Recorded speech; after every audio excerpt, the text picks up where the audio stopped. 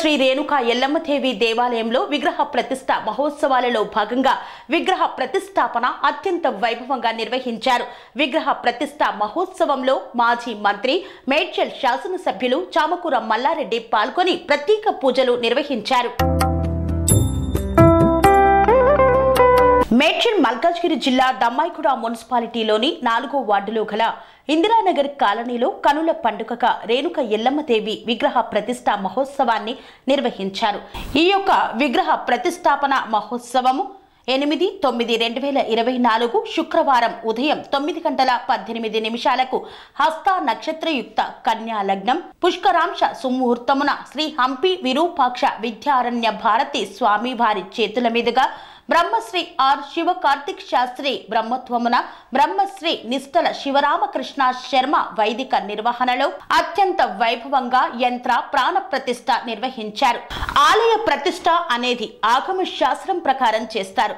విగ్రహం అనకూడదు. మనం విగ్రహాన్ని ఆరాధించం.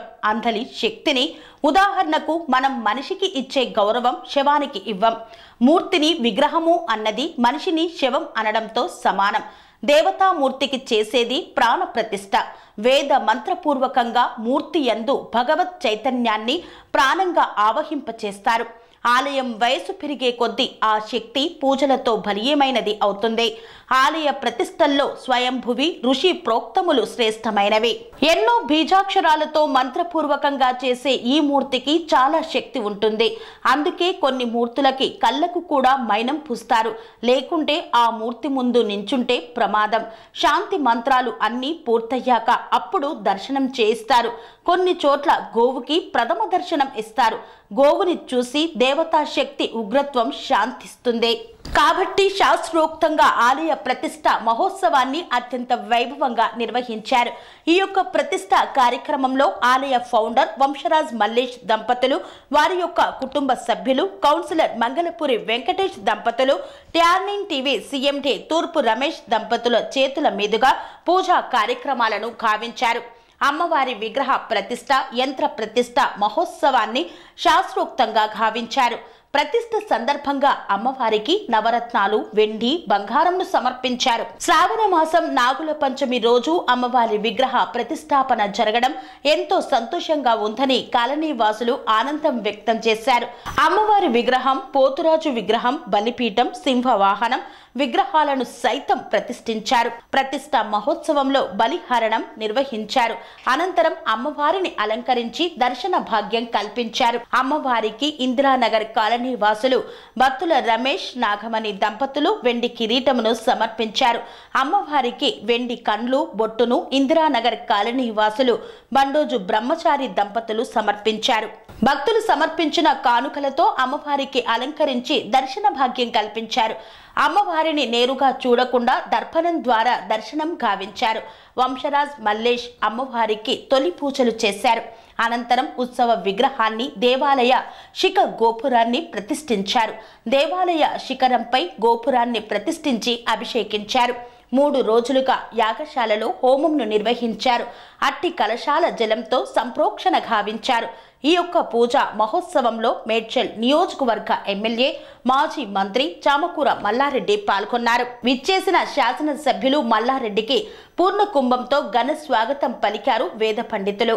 అనంతరం పూజలు చేపట్టి తీర్థ ప్రసాదాలను ఆశీర్వచనంను అందజేశారు. ఉప్పల్ మాజీ ఎమ్మెల్యే బేతి సుభాష్ రెడ్డి విగ్రహ ప్రతిష్ఠ మహోత్సవంలో పాల్గొని ప్రత్యేక పూజలు చేశారు.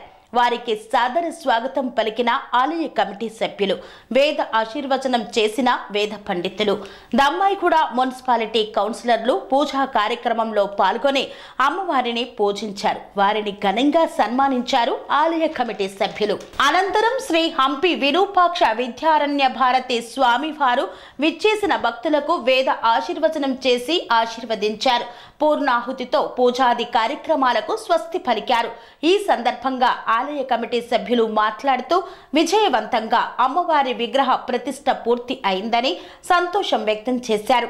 ఈ యొక్క పూజా కార్యక్రమాలకు సహకరించిన ప్రతి ఒక్కరికి ధన్యవాదాలు తెలిపారు. అమ్మవారి మహిమ గురించి మేము చెప్పడం కాదు, మీరు దర్శించుకుంటే మీకే తెలుస్తుంది అన్నారు.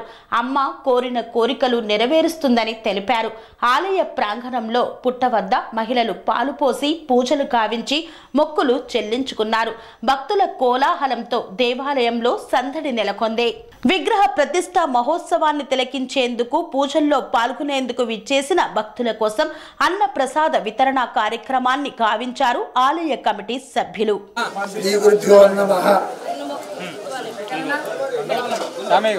భక్త మహాశైలారా, ఈరోజు నాగపంచమి సందర్భంగా ఈ శుభముహూర్తంలో రేణుకా ఎల్లమ్మ అనేటువంటి గ్రామ దేవతని ప్రతిష్టాపన చేయటం జరిగింది. తెలంగాణలో చాలా ప్రసిద్ధి చెందినటువంటి ఈ అమ్మవారు రేణుకా ఎల్లమ్మ అమ్మవారు. ఆవిడని ప్రతిష్టాపన అయిపోయింది కదా అని చెప్పి ఇవాళ కార్యక్రమం అయిపోలేదు. మనకి అసలు కార్యక్రమం అంతా కూడా ముందే ఉందంతా. అప్పుడు తెలంగాణలో గ్రామ దేవతలకి జాతరలు జరుగుతూ ఉంటాయి. జాతర రోజున మాత్రం చాలా భారీగా అందరూ వచ్చి బాగా చేస్తారు పూజలు, చాలా సంతోషం అది. కానీ మళ్ళీ వచ్చే సంవత్సరానికే మళ్ళీ వస్తున్నారు, కానీ మధ్య మధ్యలో గ్రామ దేవతలు ఎవరు దర్శించుకోవట్లేదు. కనుక కమిటీ సభ్యులందరూ కూడా ముఖ్యంగా నేను తెలియజేసేది ఏంటంటే, దీనికి ప్రత్యేకంగా ఒక కమిటీని ఏర్పాటు చేసి ఆడవాళ్ళని ఎక్కువగా దాంట్లో మెంబర్లుగా చేసుకోవాలి. వీలైతే పూజారిని పెట్టి ప్రతిరోజు ధూపదీప నైవేద్యాలకు ఏర్పాటు చేస్తే అది చాలా మంచిది. అది గ్రామం కూడా చాలా సుభిక్షంగా ఉంటుంది. అలా ఒక చేయలేని పక్షంలో ఉంటే కనీసం ధూపదీపాలు ఇవ్వడానికి, నైవేద్యం ఇవ్వడానికి ఆడవాళ్ళన్నా చేయొచ్చు. పూజారికి జీతం ఇవ్వలేని ఉండి అటువంటి కష్టాలు ఏమన్నా ఉంటే అమ్మవారిని ఉపవాసం పెట్టుకోకుండా ఆడవాళ్ళే ఒక కమిటీ మెంబర్లుగా ఫామ్ అయ్యి కనీసం రోజుకు ఒకళ్ళన్నా సరే ఆ గుడిలోకి వెళ్ళి అమ్మవారికి ధూపదీపాలు ఇచ్చి నైవేద్యం తోచిన నైవేద్యం పెట్టచ్చు. మహానైవేద్యం పెడితే చాలా శక్తివంతంగా ఉండి గ్రామాన్ని అంతా చక్కగా కాపాడుతుంది ఆ తల్లి. ఆ తల్లి బంగారు తల్లి అన్నమాట. అంతేగాని చాలా వరకు చూస్తున్నాం మేము ఆలయాలని, గ్రామదేవత అనేటప్పటికీ వీలైతే ఆదివారం లేకపోతే గురువారం ఒక్కరోజు వెళ్తున్నారు. కొన్ని గుళ్ళల్లో దాదాపు 190 గుళ్ళల్లో మాత్రం సంవత్సరానికి ఒకసారి వచ్చి చేస్తున్నారు. అది చాలా తప్పమ్మది. అది గ్రామానికి మంచిది కాదు. సో ఇంత భారీగా మన కార్యక్రమం చేస్తున్నప్పుడు, ఇంతమంది జనాభా ఉన్నప్పుడు ఆడవాళ్లే మెంబర్గా పాల్గొన. దీంట్లో మగవాళ్ళు అలాగే వెళ్ళరు, ఎందుకంటే వాళ్ళు ఉద్యోగాలుగా వాటికి వెళ్తారు. ఆడవాళ్ళు మీ ఇంట్లో పని అయిపోయిన తర్వాత వెళ్ళినా పర్వాలేదమ్మా. కంపల్సరీగా ఆదివారం గురువారం మాత్రం ధూపదీపాలు ఆవిడకి ఉండాలి. రోజుకు కొబ్బరికాయ ఉంటే ఇంకా మంచిది, లేదా కనీసం పండు అన్నా ఉండాలి. ప్రతిరోజు పంతులు గారిని పెడితే మీరు అందరూ కలిపి చాలా మంచిది. అది పంతులు గారిని పెట్టలేని స్థితిలో ఉంటేనే నేను చెప్పేది ఆడవాళ్ళందరూ వెళ్ళి చేయాల్సిన కార్యక్రమం. మీరే చూడండి, చాలా చోట్ల గ్రామదేవత గుడికి వెళ్తూ ఉంటాం మనం. రాజమండ్రిలో గుడి కూడా తలుపులు ఎవరు తీసేవాళ్ళు లేకుండా కనీసం దీపాలను పెట్టుకోకుండా ఉంటున్నాయి. అదే ప్రముఖ దేవాలయాలు అదే గ్రామ దేవతలోనే ధూపదీప నైవేద్యాలే కాకుండా చాలా బ్రహ్మాండంగా కళ్యాణాలు కూడా చేస్తుంది. బల్కంపేటలో అమ్మవారు ఉంటుంది చూడు, ఆ అమ్మవారికి చాలా పెద్ద డిమాండ్. అది కూడా 1970లో మేము అక్కడే ఉండేవాళ్ళు బల్కంపేటలో అని. అవి ఎవరు ఒక్కరు కూడా వచ్చేవాళ్ళు కాదు. ఇప్పుడు దర్శనం చేసుకోవాలంటే 3 గంటల లైన్లో ఉంచోవాలి, లేదా 1000 రూపాయలు పెట్టుకుని వెళ్ళాలి. ఆ స్టేజ్కి అమ్మవారు వచ్చింది. అదే స్టేజ్ని మన అమ్మవారిని కూడా తీసుకురావాలి అంటే మీ అందరి యొక్క సహకారాలు కావాలి. అమ్మ తల్లులలో వింటున్నారా? ఇంకోటి ఏంటంటే తల్లులందరికీ నేను చెప్పేది, కనీసం వారానికి ఒకసారైనా గుడికి రండి అమ్మ. వస్తూ మీ పిల్లలు తీసుకురండి. మన సనాతన ధర్మం, మన ధర్మం ఏంటి, అసలు దేవుళ్ళు ఎవరున్నారు, వాళ్ళు మనం ఎలా పూజించాలి అనేది చిన్నప్పటి నుంచి వాళ్ళకి చెబుతూ ఉంటే మన ధర్మాన్ని మనమే కాపాడుకోవచ్చు. ఎవరో వచ్చి కాపాడుతారు అని చెప్పేసి మాత్రం మీరు అనుకోబాగండి. ఇక్కడ తల్లిదండ్రులదే బాధ్యత. మీ పిల్లల్ని మీరు చక్కగా తీర్చిదిద్దుకుంటే మీ గ్రామాన్ని తీర్చిదిద్దినట్టు. మీ గ్రామాన్ని తీర్చిదిద్దితే మీ జిల్లా, మీ రాష్ట్రం, తద్వారా మన దేశం అంతా కూడా మన యొక్క సనాతన ధర్మాన్ని ఆచరిస్తూ ఉండాలి. ఆచరించేలాగా అందరినీ చెయ్యాలి. మన ధర్మం గురించి ఎవరికి మనం చెప్పకపోవడం వల్లనే మన ధర్మాన్ని, మన మతాన్ని వీడి వేరే మతాలకు వెళ్తున్నారు. అది మన దేశానికి మంచిది కాదు. ఓ పక్కన లవ్ జిహాదులు అంటున్నారు, మన అమ్మాయిని మోసం చేసేస్తున్నారు వేరే మతస్థులందరూ. అలా చేయకుండా ఉండాలంటే మీ పిల్లలకి మీరే నిర్ణయం చెప్పాలి, మన మతం ఏంటి అని చెప్పాలి. మన మతంలో ఏముంది? అహింస పరమో ధర్మ ఉంది. అంటే మనస వాచ కర్మణ ఎవరిని కూడా హింసించకూడదు అని. కానీ మళ్ళీ అదే మతం మనకి చెప్పింది, మన ధర్మానికి ఎవరన్నా హాని చేస్తానికి ప్రయత్నిస్తే మాత్రం వారి మీద కఠినమైన చర్యలు తీసుకోండి అని చెప్పింది. ఈ రెండో పదం మనం చెప్పుకోకుండా అహింస పరమో ధర్మ అంటూ కూర్చున్నాం మనం. ఇక వేరే మతస్థులందరూ కూడా మన మీద విజృంభించి మన యొక్క ధర్మాన్ని నాశనం చేసి వారి యొక్క మతాన్ని స్థాపించడానికి అందరూ ప్రయత్నం చేస్తున్నారు. చాలా వరకు స్వామీజీలు, మఠాధిపతులు, పీఠాధిపతులు వాళ్ళ యొక్క ప్రయత్నాలు వాళ్ళు చేస్తూ ఉన్నారు. కానీ ఆ బలం సరిపోదు. అంటే కింద నుంచే తీసుకురావాలి, ఇదంతా పెద్ద పైనుంచి కాదు. కింద నుంచి అంటే ప్రతి కుటుంబం నుంచి వాళ్ళ యొక్క తల్లిదండ్రుల బాధ్యత. తల్లికే ఎక్కువ బాధ్యత ఉంది. అందుకని మన యొక్క వేదంలో మాతృదేవో భవ అన్నారు, ఆ తర్వాతే పితృదేవో భవ అన్నారు, ఆ తర్వాత ఆచార్య దేవో భవ అన్నారు, ఆ తర్వాత అతిథి దేవో భవ అన్నారు.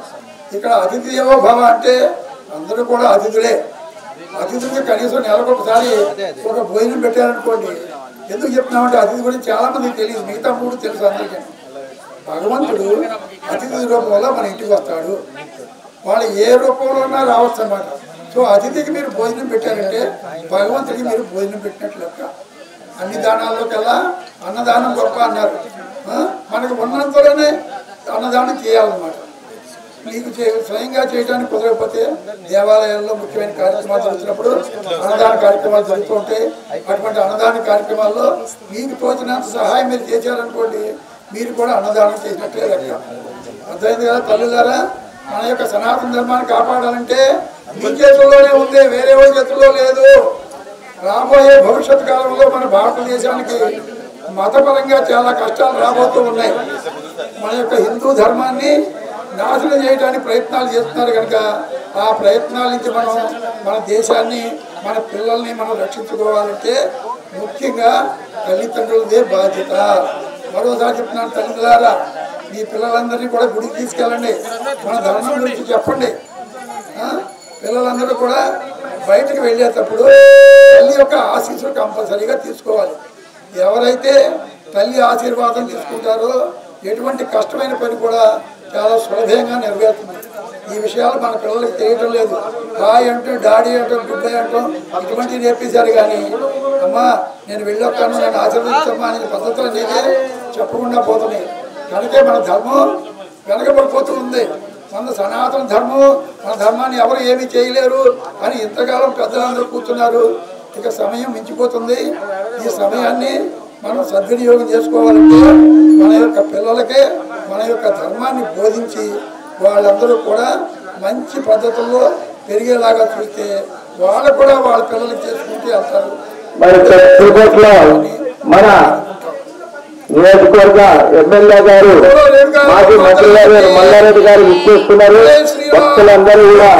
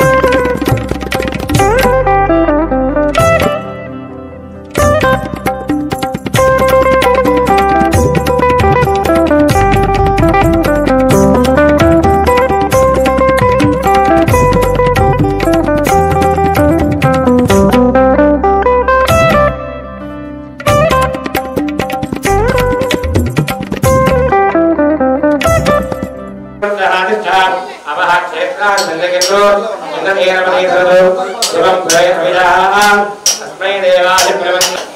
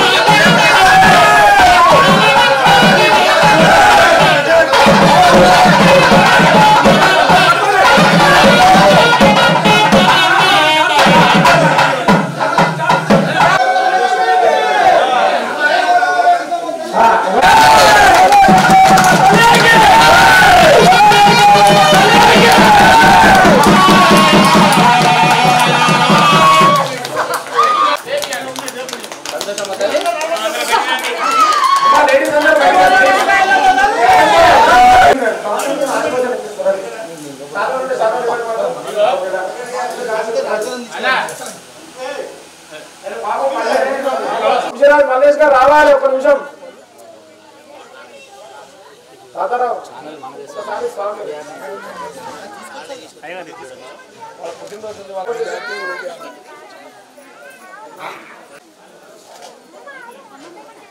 శంకర్ గారు ఏ యాదమ్మ గారు రావాలండి.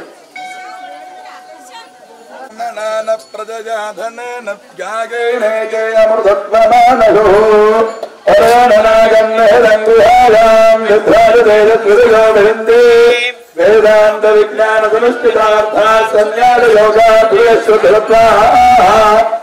బ్రహ్మలోకే పరాంతకాలే పరామృత పరిముచ్యం దర్వే एकं रामं परमेश्वरं परमस्य रक्तस्थौ तत्राभिलेखं नगरं विरोधस्तत्त्वमिदन्तपदवादिव्यं यो वेदानवसुरप्रोक्तो वेदान्तप्रतिष्ठितः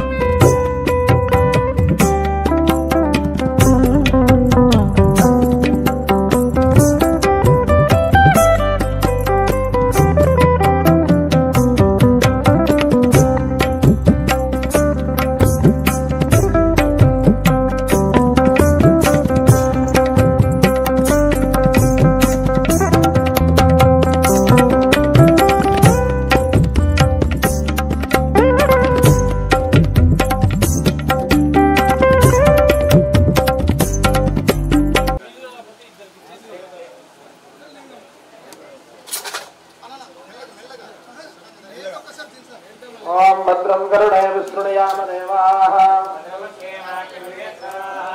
रंगे दस्वा गुंदत्सरोभिः ओम शांति मल्कागिरी एसवी कांग्रेस कांग्रेस नायकुలు వారి స్వాగతం వంశనాథ్ మల్లేశ్వర నామ నిర్మాణ గురించి వచ్చినందుకు ఈకేశ్వరుడు వారికి సన్మాన కార్యక్రమం ఓం యోగేనా బ్రహ్మణా వేదా హృదయనా ప్రజాపతిగే బ్రహ్మణాయ ఆయుధిక మనవి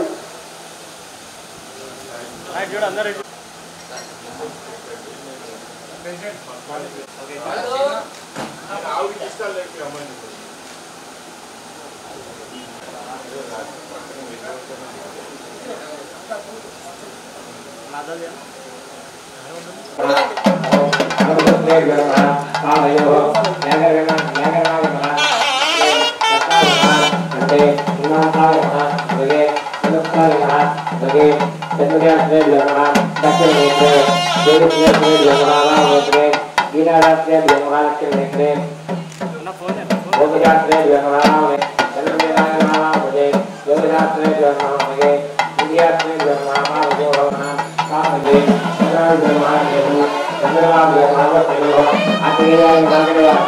दुर्गा के महामूर्ति